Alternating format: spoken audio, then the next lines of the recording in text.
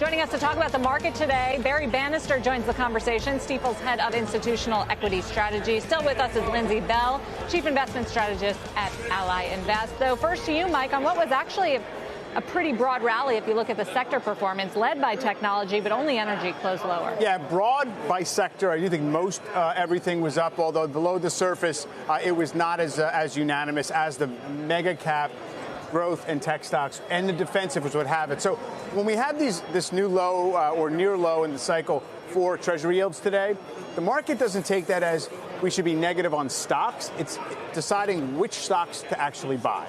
And it is the growth stocks and the defensive stocks that act a little bit as kind of quality defensive bond proxies. Right or wrong, that's how this market is metabolizing low bond yields and a slow growth patch right now. It's looking like that trend is getting a little bit stretched, but it has seemed that way for a while. Greatest economy ever, we're told. Lindsey, lowest unemployment rate ever that we are told. Stocks continue to soar, and yet the bond market appears to be saying we're going to go into recession. By the way, we haven't mentioned it. We're almost re-inverting the yield curve. We inverted back in August. It came apart. We're getting close again. Is the bond market, do they know something that the equity market does not know? Well, that's always the question, right? Where bond yields are today, the 10-year at, I think, closed around 155.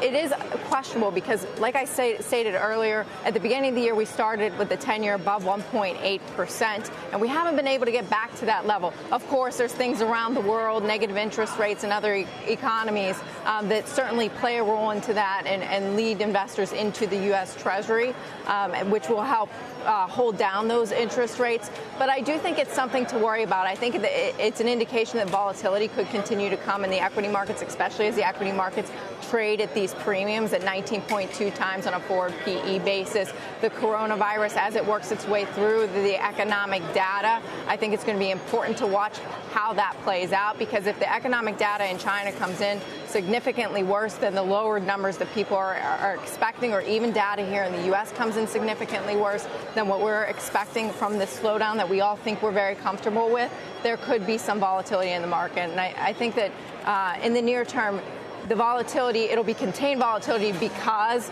of all the liquidity coming into the market from central banks around the world. But I do think that you're going to see us trade in this range for a while. Barry Bannister, how are you thinking about the impact of coronavirus on China's GDP, which is expected to grind to a halt this quarter, and what that could do to the global economy and how U.S. stocks continue to plow forward? Yeah, if you think about the coronavirus, it's like a gut punch to global GDP expectations in the first quarter. It's really going to hit China the hardest, obviously, and spill over to the emerging markets, but Europe's export sector is also affected. So when we look at the U.S. recession probability model from the New York Fed, largely based on the yield curve, it's 25%. And if you look at all the past declines in the last 50 years in the S&P, before, during, and after recessions, that was about 36%. So I think the market's haircutted by about 9%, weighted probability. So if you had a target of 3,700 for the S&P, 9% off takes you right back to where we are now. So we have to climb that wall of worry on a recession.